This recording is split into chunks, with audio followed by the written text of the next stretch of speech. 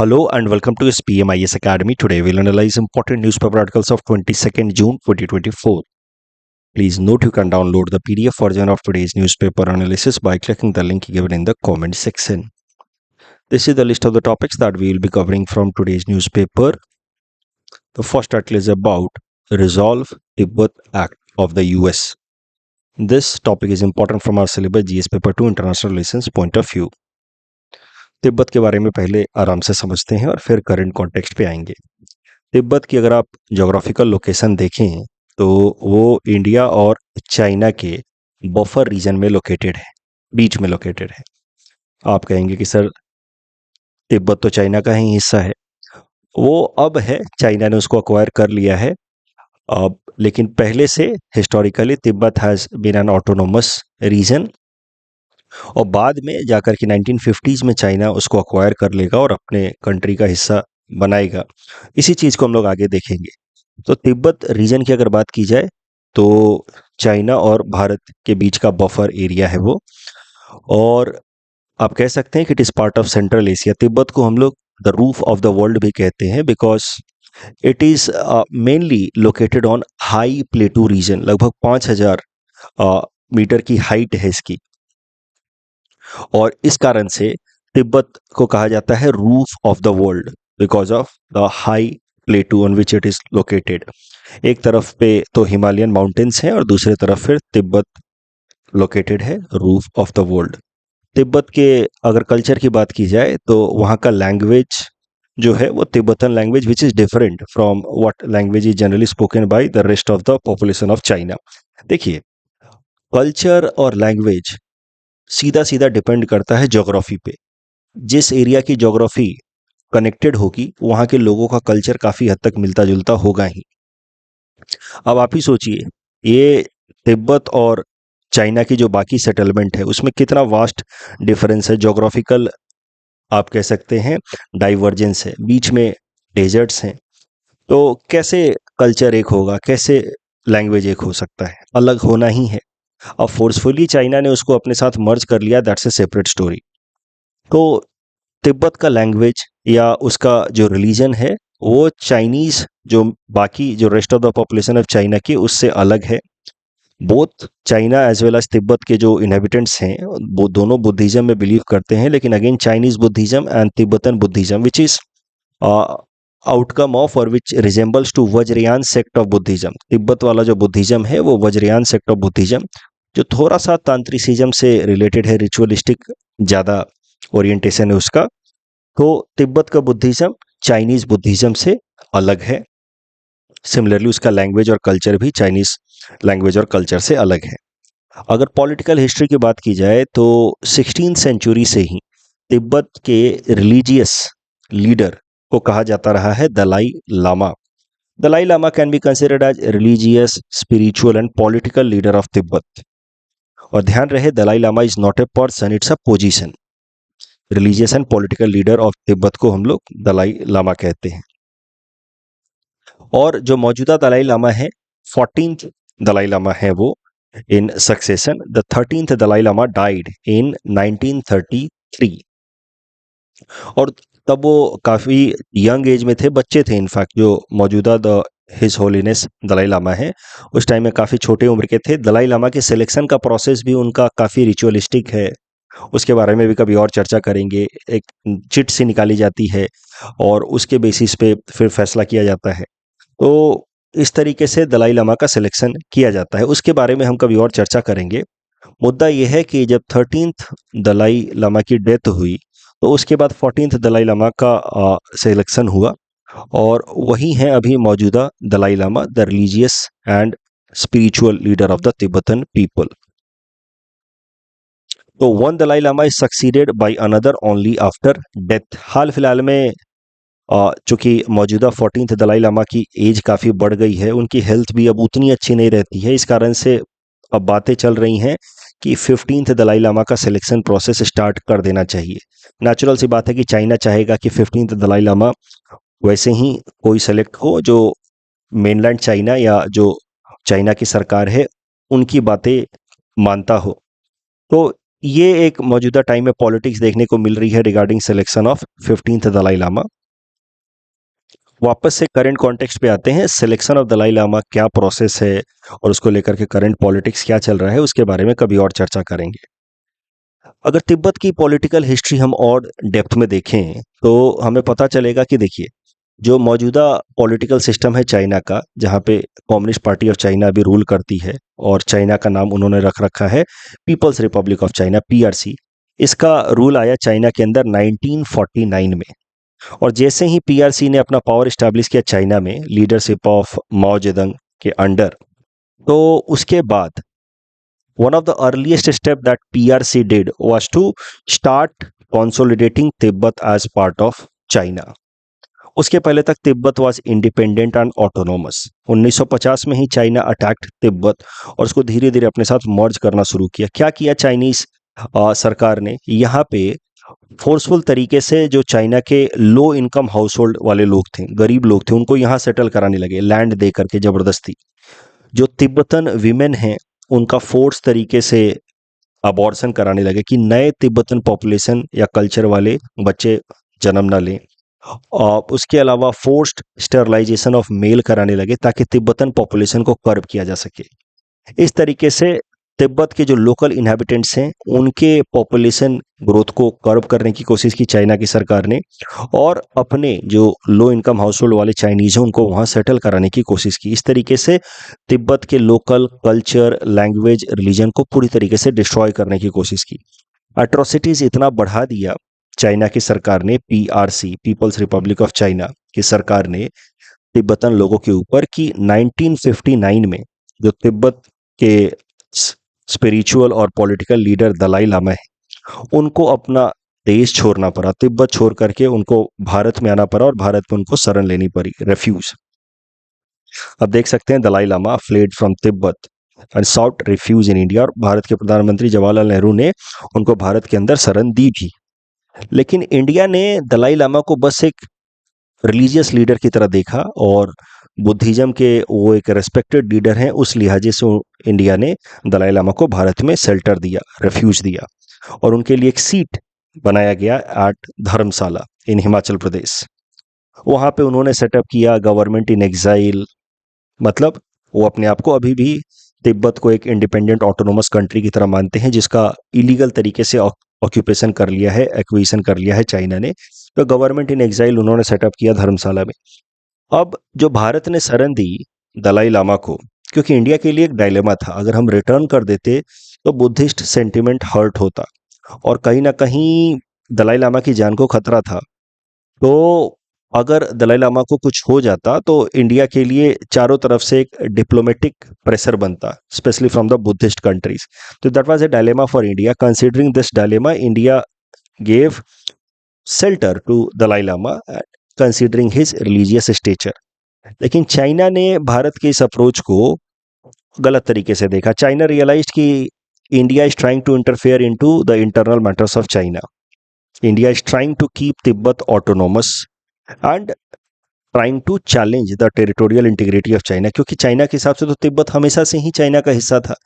आपको कुछ दिनों पहले भी मैं न्यूज़पेपर एनालिसिस में बता रहा था, जब मैं वहाँ बात कर रहा था साउथ चाइना सी की और उनके 9 डैश लाइन की, कि चाइना हमेशा ही कुछ 100, 200, 1000 साल पुराना मैप लेकर के आ जाता है कि ये देखिए 11th सेंचुरी एडी में ये एरिया हमारा हिस्सा हुआ करता था, इस पर्टिकुलर डायनेस्टी का हिस्सा हुआ करता था, इस हिसाब से एरिया हमारा हुआ।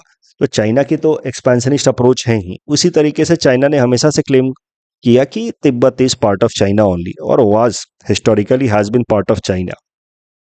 और भारत ने चूंकि तिब्बत के लीडर को भारत के अंदर शरण दी, तो हम लोग देख रहे हैं कि हमने तिब्बत के लीडर को शरण दी, जबकि चाइना उसी एक्टिविटी को कहेगा कि इंडिया ने एक सेपरेटिस्ट लीडर को अपने यहाँ शरण दिया, रेफ्यूज दिया। इसका मतलब India is challenging territorial integrity of China.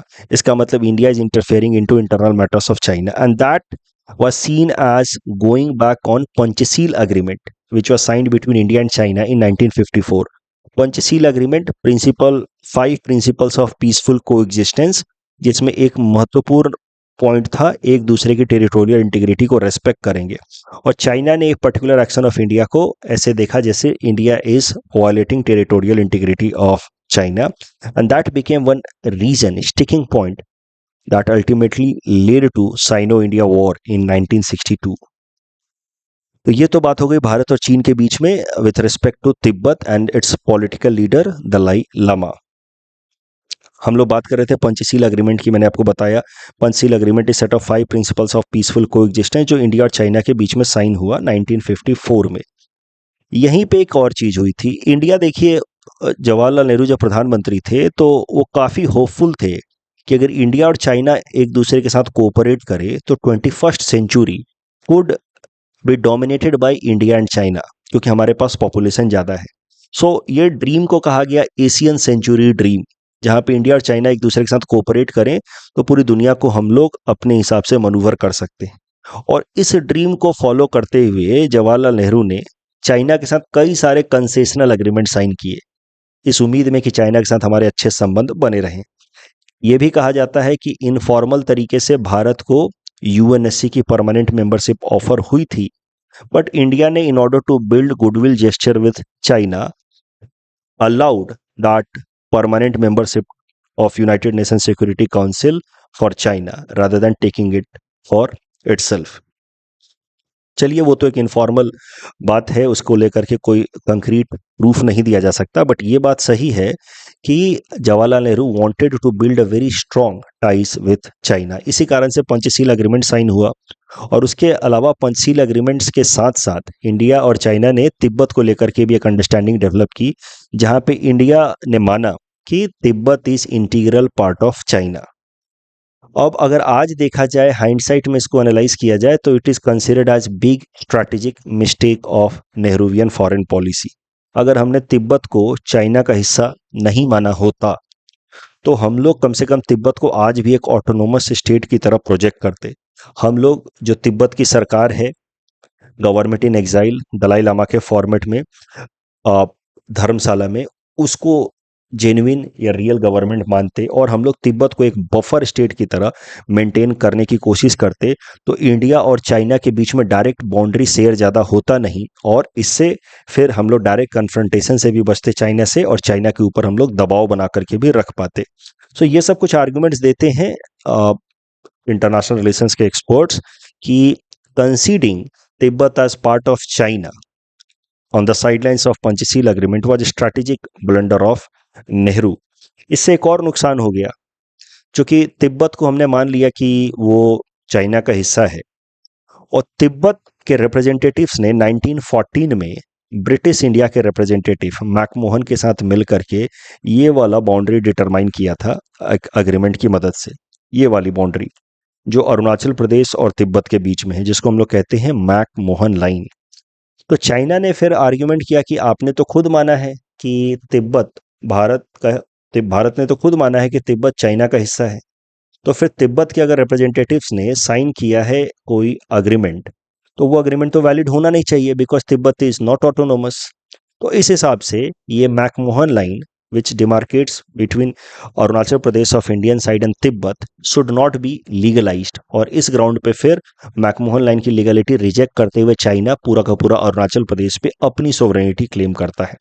तो ये सब कुछ सेल्फ गोल हो गया, आप कह सकते हैं। हाइंडसाइट में किसी को भी एनालाइज करना आसान है, बट अनफेयर भी है, क्योंकि कोई भी भविष्य तो देख सकता नहीं है। Nehru had a vision of Asian century and India China if cooperate together we could maneuver the world, but guided by that dream or you may say vision, Nehru ने तिब्बत को हिस्सा माना चाइना का, और उसके कारण आज मैकमोहन लाइन की लीगलिटी चैलेंज्ड है। और कहीं ना कहीं तिब्बत अगर एक बफर स्टेट मेंटेन होता तो इंडिया के लिए चाइना इतना बड़ा हेडेक भी नहीं बना होता। तो ये तो बात हो गई इंडिया चाइना और तिब्बत के बीच में। लेकिन अब बात की जाए करंट कॉन्टेक्स्ट की। देखिए, यूनाइटेड स्टेट्स ने, वहाँ की आप कह सकते हैं पार्लियामेंट ने, को वहाँ पे आप कह रहे हैं कांग्रेस, तो यूएस कांग्रेस ने एक कानून पास किया है जिसका पूरा नाम है resolution to Tibet China dispute act, short में कहें तो रिजॉल्व तिब्बत एक्ट। ये रिजॉल्व तिब्बत एक्ट के अंदर काफ़ी बोल्ड स्टेटमेंट्स दिए हैं यूएस लॉ मेकर्स ने, जो चाइना को सीधा सीधा प्रोवोक कर सकता है। जैसे एक पहला provision of the act says कि the US will make use of funds to counter China's disinformation about Tibet, including history of Tibet, that it is part of China और it was part of China historically. मतलब हम पैसा खर्च करके पूरे दुनिया को बताएंगे कि चाइना झूठा है, अगर सरल भाषा में कहें तो। और चाइना झूठ फैला रहा है कि तिब्बत हिस्टोरिकली चाइना का हिस्सा रहा है।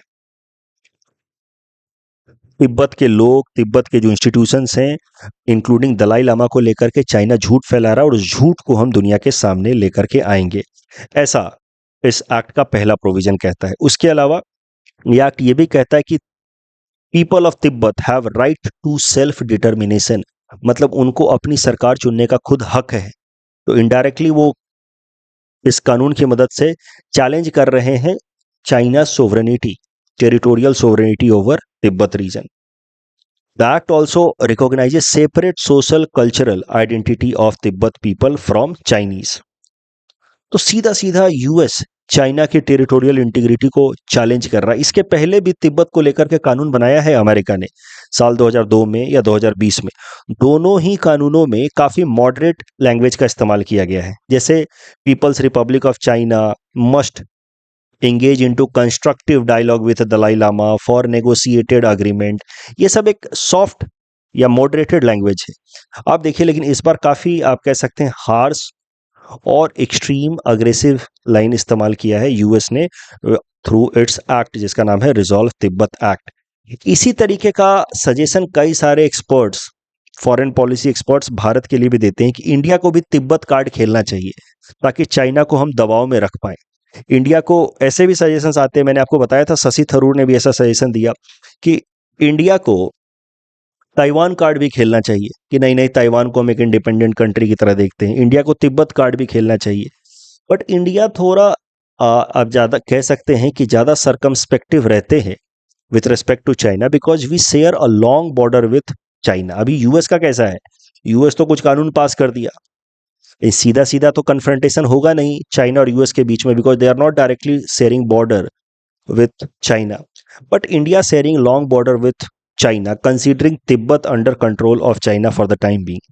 तो इस केस में इस तरीके का प्रोवोकेशन जो है वो फिर अननेसेसरी कन्फ्लिक्ट क्रिएट कर सकता है between the two sides, cross border hostility बढ़ा सकता है, और इस कारण से इंडिया तिब्बत कार्ड या ताइवान कार्ड नहीं खेलना प्रेफर करता है। But yes, if China keeps on playing Kashmir card, PoK या फिर Aksai chin card with India, कि नहीं ये तो ऐसा नहीं है आपका, अगर ऐसा कुछ वो करते हैं तो फिर हमारे पास भी ये दो कार्ड है चाइना के अगेंस्ट, उनको कट डाउन करने का या बैलेंस करने का। अब आप सोचेंगे सर यूएस ने कानून पास किया, उसको हम लोग यहाँ यूपीएससी या एपीएससी एग्जाम के लिए क्यों पढ़ रहे हैं?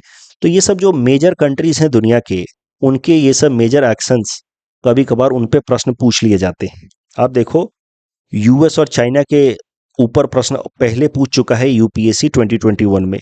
The US is facing an existential threat in form of China. Existential threat का मतलब होता है परमानेंट थ्रेट, परमानेंट चैलेंज, जो हमेशा आपके, जैसे आपका पड़ोसी मान लीजिए क्रिमिनल हो, हमेशा उसके घर में 2-4 क्रिमिनल बैठे रहते हो, बंदूक वगैरह रखी रहती हो, तो वो हो गया एग्जिस्टेंशियल थ्रेट, पता नहीं कब फायरिंग कर दे।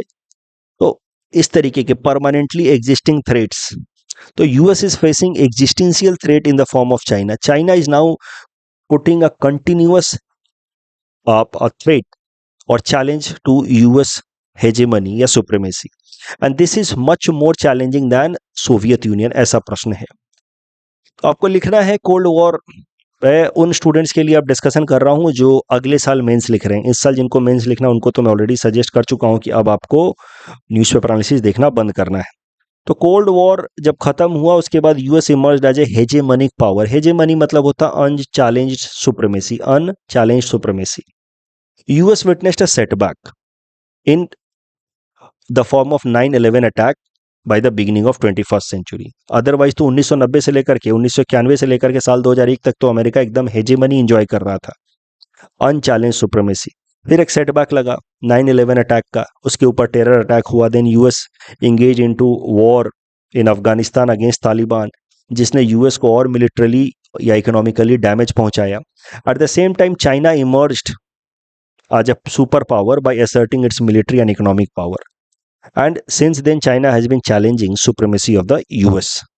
इकोनॉमिक चैलेंजेस की अगर बात की जाए तो China has emerged as manufacturing hub of the world, और आज पूरे दुनिया भर में चाइना का सप्लाई चेन जब बहुत स्ट्रांग है, तो आपको ये जो आंसर लिखना है उसमें चाइना का सिग्निफिकेंस या डोमिनेंस बताना है over US with respect to what relation US had with USSR during cold war. तो हर एक आर्ग्यूमेंट में आपको चाइना और यूएस का करंट रिलेशन और यूएस और यूएसएसआर का रिलेशन ड्यूरिंग कोल्ड वॉर उसको बताते हुए आगे चलना है।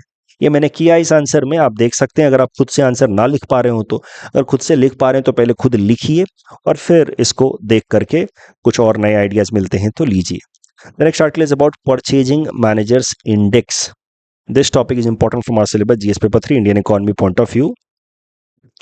तो परचेजिंग मैनेजर्स इंडेक्स जो है ये एक सर्वे होता है जो लोगों का परसेप्शन मेजर करता है विथ रिस्पेक्ट टू इकोनॉमी, कि लोग क्या सोचते हैं। इसमें रियल सेंस में डेटा नहीं लिया जाता है, लोगों का परसेप्शन, चेंजिंग परसेप्शन को रजिस्टर किया जाता है कि उनका क्या सोच है with respect to manufacturing sector या service sector of the economy, और उसके बेसिस पे फिर इंडेक्स पब्लिश की जाती है। जो परचेजिंग मैनेजर्स इंडेक्स होता है इसका स्कोर 0 to 100 के बीच में वैरी कर सकता है।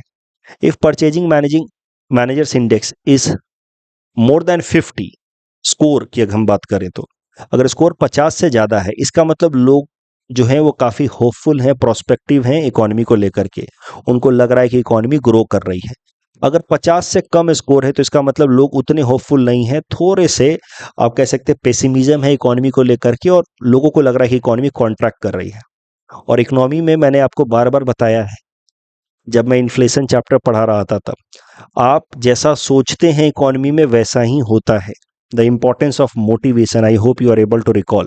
अगर आप मोटिवेटेड हैं कि हाँ हाँ सब अच्छा हो रहा है, ऑल इज वेल, तो you will work and you will actually start growing.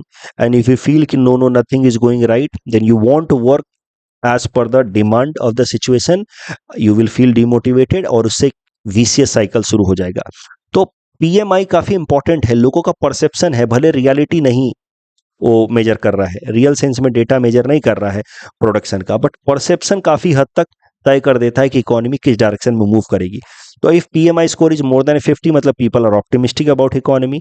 If PMI is less than 50 that means people are slightly pessimistic about economy. If PMI is 50 that means कुछ खास ना बहुत पॉजिटिव है ना negative है, there is going to be no change in the economy.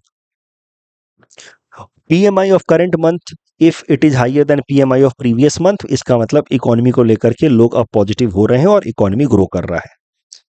PMI को publish करने वाली एजेंसी एक प्राइवेट कंपनी हुआ करती थी IHS मार्केट, उसको फिर बाद में मर्ज कर दिया गया अंडर अ बिगर कंपनी जिसका नाम है S&P global, which is a private data analytics, जिसका काम है दुनिया के कई सारे देशों में वो PMI इंडेक्स पब्लिश करते हैं, परचेजिंग मैनेजर्स इंडेक्स।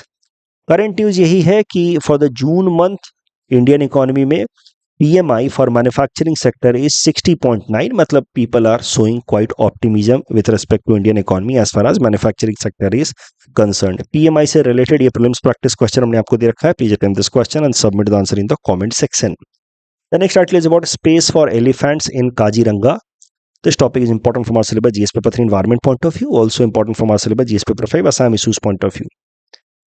देखिए ये काफी इंपॉर्टेंट न्यूज निकल करके आ रही है असम से, लेकिन यूपीएससी में भी पूछा जा सकता है। इंगले पत्थर या हाथी पत्थर एक एरिया है गोलाघाट रीजन में which is known for important elephant corridor, जो काजीरंगा को कनेक्ट करता है with Karbi Anglong landscape of elephants. Important elephant corridors, elephants के लिए मैंने आपको बताया है कि since they move in group and their consumption is very high, बहुत ज़्यादा खाते हैं, हाथी है तो खाएंगे ही, तो इसी कारण से जिस भी इकोसिस्टम में रहते हैं उसका जल्दी जल्दी वहाँ का जो वेजिटेशन है उसको ये लोग कंज्यूम कर लेते हैं and then they migrate to other ecosystem.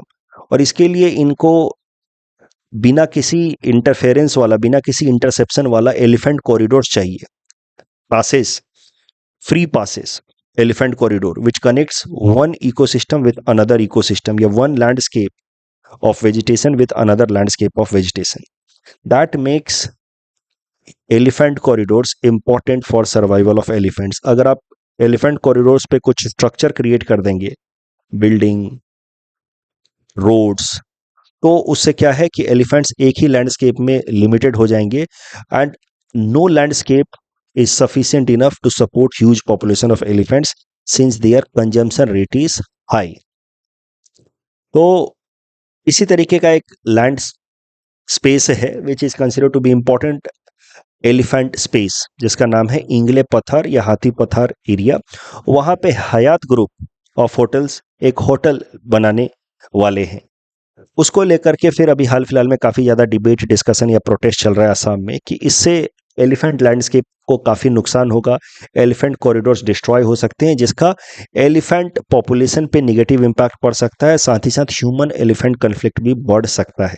साथ ही साथ जो इन्वायरमेंटल एक्टिविस्ट्स हैं, खासकर असम के अंदर एक एनजीओ जो इन्वायरमेंट के फील्ड में काफी एक्टिव है जिसका नाम है आर्यनक, ये नाम जरूर याद रखिएगा अगर एपीएससी मेंस एग्जाम देना है तो, एनजीओ आर्यनक. उसने एक इशू रेज किया कि काजीरंगा नेशनल पार्क इतना महत्वपूर्ण नेशनल पार्क है, उसको लेकर के सरकार ने अभी तक इको सेंसिटिव जोन तो डिक्लेयर किया नहीं है और उल्टा वहां पे अब एक नियर बाय रीजन में होटल बनाने का परमिशन दे रहे हैं. सो विच इज रॉन्ग, ऐसा उन्होंने ये इशू रेज किया है. इको सेंसिटिव जोन क्या होता है वो लास्ट मंथ भी हमने देखा था न्यूज़पेपर एनालिसिस में, एक बार फिर रिवाइज कर लेते हैं क्योंकि इको सेंसिटिव जोन का की बात बार बार अब सामने आ रही है. इस आर्टिकल में भी देखिए, यहाँ पे भी देखिए, इको सेंसिटिव जोन की बात आ रही है तो एग्जाम के लिए इंपॉर्टेंट हो जाता है. देखिए, कोई भी वाइल्ड लाइफ सेंचुरी हो या नेशनल पार्क हो, तो उसका जो भी पेरीफेरी है, बिल्कुल उसके बाहर अगर हम लोग फिर ह्यूमन सेटलमेंट्स अलाउ कर देते हैं और structures, human made structures allow कर देते हैं, बिल्डिंग्स, रोड्स, रेलवे लाइन, तो that will have negative impact on the areas of wild life century and national park also. इसीलिए वाइल्ड लाइफ सेंचुरी या नेशनल पार्क का जो पेरीफेरी है और जहां से ह्यूमन एक्टिविटीज परमिटेड होनी चाहिए, उसके बीच में एक शॉक एब्जॉर्बर जैसा रीजन जरूर छोड़ा जाना चाहिए जो दोनों रीजन्स को आपस में सेग्रीगेट करता हो, ताकि ह्यूमन एक्टिविटीज के कारण वाइल्ड लाइफ सेंचुरी या नेशनल पार्क के फ्लोरा या फौनास पे कोई नेगेटिव इम्पैक्ट ना पहुंचे. और यही जो शॉक एब्जॉर्बर वाला रीजन है, इसको कहा जाता है इको सेंसिटिव जोन, जहां पे कुछ एक्टिविटीज परमिटेड होंगी, human activities, but to some extent और to great extent human activities will be limited in order to avoid any negative impact of human activities and settlement over the areas of wild life sanctuary और national park. तो इसी idea से guided होकर के concept दिया गया eco sensitive zone का. ये जो इको सेंसिटिव जोन है, इसको नोटिफाई करती है अराउंड वाइल्ड लाइफ सेंचुरी या national park ministry of environment, forest and climate change. और ये इको सेंसिटिव जोन्स बनाए जाते हैं by ministry of environment, forest and climate change under environment protection act of 1986. नियम क्या है कि नॉर्मली 10 किलोमीटर तक विड्थ होनी चाहिए इको सेंसिटिव जोन की, 10 किलोमीटर तक. कहीं कहीं पे अगर नहीं चाहिए तो कम भी हो सकता है, बट ऐसा 10 किलोमीटर रूल कोई रिजिड नहीं है. At some places it can be more than 10 kilometres also if required. तो on an average eco sensitive zone should be as wide as 10 kilometres, but as per Supreme Court order it can increase और decrease as per the requirement. Problem क्या है कि हमने Kaziranga national park के around अभी eco sensitive zone भी नहीं declare किया है ठीक से. 10 किलोमीटर वाला एरिया तो छोड़ना चाहिए और हम लोग वहां पे होटल्स वगैरह बना रहे हैं. दैट इज अ कंसर्न, वही इस आर्टिकल में लिखा है. तो इको सेंसिटिव जोन के ऊपर ये प्रीलिम्स प्रैक्टिस क्वेश्चन हमने आपको दे रखा है. Attempt this question and submit the answer in the comment section. The next article is about school in a box initiative. Again very important, ethics paper में आप इसका इस्तेमाल कर सकते हैं, आसाम इशूज में आपसे पूछा जा सकता है, वो अदरवाइज लिखते वक्त भी आप इसका जिक्र कर सकते हैं. देखिए, आपको पता है हर साल की तरह अभी रेनी सीजन शुरू हो रहा है and Assam is reeling under impact of flood का इम्पैक्ट आपको दिख रहा होगा अपने स्टेट असम में. At least 32 people have died so far, जबकि अभी तो पूरी तरीके से मानसून शुरू भी नहीं हुआ है. So that is a matter of concern. और फ्लड का जो इंटेंसिटी हर साल क्यों बढ़ रहा है उसके पीछे भी मैंने कारण 2-3 दिनों पहले न्यूज़पेपर एनालिसिस में बताया था. जो रिवर के बेड पे सिल्टेशन है that is making the Brahmaputra river and it's tributaries shallow, जिस कारण से फ्लड का इम्पैक्ट ईयर आफ्टर ईयर बढ़ेगा ही। इसका एक ही सॉल्यूशन है, ड्रेजिंग। ठीक है, come back to the current discussion. Flood के कारण कई सारे रिलीफ कैंप्स बनाए गए हैं जहां बच्चे रह रहे हैं या जो भी फ्लड इम्पैक्टेड पॉपुलेशन है उनको रिहेबिलिटेट किया जा रहा है। तो अब उन रिलीफ कैंप में जो बच्चे रह रहे हैं उनकी पढ़ाई हैम्पर ना हो, उसके लिए यूनिसेफ ने क्या किया है, एक स्कूल बॉक्स किट बनाया है इस तरीके का, जिसमें इंपॉर्टेंट एजुकेशन रिलेटेड किट्स हैं या आर्टिकल्स हैं, जैसे notebook, drawing books, pencil and other learning material. और ये किट बनाया है यूनिसेफ ने, और उसको जो फ्लड अफेक्टेड एरियाज में रिलीफ कैंप्स हैं वहां के बच्चों को पहुंचाया जा रहा है। और जिस प्रोग्राम के अंतर्गत ये स्कूल किट पहुंचाया जा रहा है बच्चों के पास, उस प्रोग्राम का नाम है स्कूल इन अ बॉक्स। तो पूरे बॉक्स के अंदर ही स्कूल पहुंचाया जा रहा है ताकि बच्चों की पढ़ाई even in flood situation, even when they are living in relief camp, रुके नहीं। ये जो school in a kit program है, school in a box program है, जिसके अंदर स्कूल बॉक्स किट दिया जा रहा है, ये 6 से 18 साल के उम्र के बच्चों के लिए ये स्कूल किट तैयार किया है यूनिसेफ ने। और इसमें असम सरकार का क्या रोल रहा है, तो Assam state disaster management authority अपने सारे ऑफिसर्स को ट्रेन कर रही है ताकि ये स्कूल किट जो यूनिसेफ ने बनाया है वो बच्चों तक, बेनिफिशियरी, इंटेंडेड बेनिफिशियरी बच्चों तक एफिशिएंट तरीके से पहुंच पाए। एक तो आपसे प्रीलिम्स से पूछा जा सकता है school in a box initiative है क्या, किसने स्टार्ट किया? Answer is UNICEF. किसके लिए स्टार्ट किया? तो फ्लड इंपैक्टेड बच्चों के लिए स्टार्ट किया। ये सब तो प्रीलिम्स में आ सकता है। उसके अलावा एथिक्स पेपर में अगर आप कभी कॉम्पैशन या एम्पैथी का एग्जाम्पल लिख रहे हो तो यूनिसेफ की तरफ से ये एग्जाम्पल अच्छा है एम्पैथी का या कॉम्पैशन का, कि इवन फ्लड अफेक्टेड एरियाज में भी बच्चों का और उनकी पढ़ाई चलती रहे उसका ध्यान दे रही है UNICEF. Next is new amphibian species discovered in Kaziranga national park. इस तरह के तो छोटे मोटे न्यूज आते ही रहते हैं, लेकिन चूंकि काजीरंगा नेशनल पार्क में मिला एक नया एम्फीबियन, इसलिए इंपॉर्टेंट है प्रीलिम्स पर्सपेक्टिव से। तो एम्फीबियन मतलब क्या होता है, पहले वो ही देख लेते हैं। वैसे तो आपको पता ही होगा, an organism that live both land as well as water. ऐसे ऑर्गेनिजम्स को कहा जाता है amphibian, live on land as well as water. अब न्यूज क्या है, इस तरीके का एक लिम्बलेस, इसका कोई लिम्ब नहीं है, आप देखो, लिम्बलेस एम्फीबियन जिसका नाम है stripped सेसिलियन was found in Kaziranga National Park. Such species have been discovered in Kaziranga National Park for the first time. Normally इसका लिम्स तो होता नहीं है, तो ये अपने आप को जमीन के नीचे बड़ो करके, मतलब होल बना करके वहीं पे रहता है, और इसी कारण से ये अंडरग्राउंड रहने के कारण इस तरह की एम्फीबियन की स्टडी भी काफ़ी कम हुई है अभी तक। याद रखिएगा, प्रीलिम्स पर्सपेक्टिव से पूछा जा सकता है स्ट्रिप्ड सेसिलियन क्या है, एम्फीबियन है क्या है, कौन से जगह पे मिला था? Answer would be national park, Kaziranga national park. कल जो हमने देखा था सवाल, profound philosophy of spiritual evolution, वो पहले एक्टिव भी थे पॉलिटिक्स में, अलीपुर बॉम्ब केस, उन्होंने लीजेंड नॉवेल भी लिखा है, a legend and symbol is an epic of poem written by him, Savitri. ये तीनों चीजें एसोसिएटेड हैं श्री अरबिंदो से। कैसिमीर इफेक्ट से रिलेटेड पहला स्टेटमेंट गलत है, यहाँ पे बाकी सब ठीक ही था। ये चार्ज्ड के जगह पे होना चाहिए uncharged, that makes the first statement wrong but second statement is correct. That's all from our side for today, thanks for watching.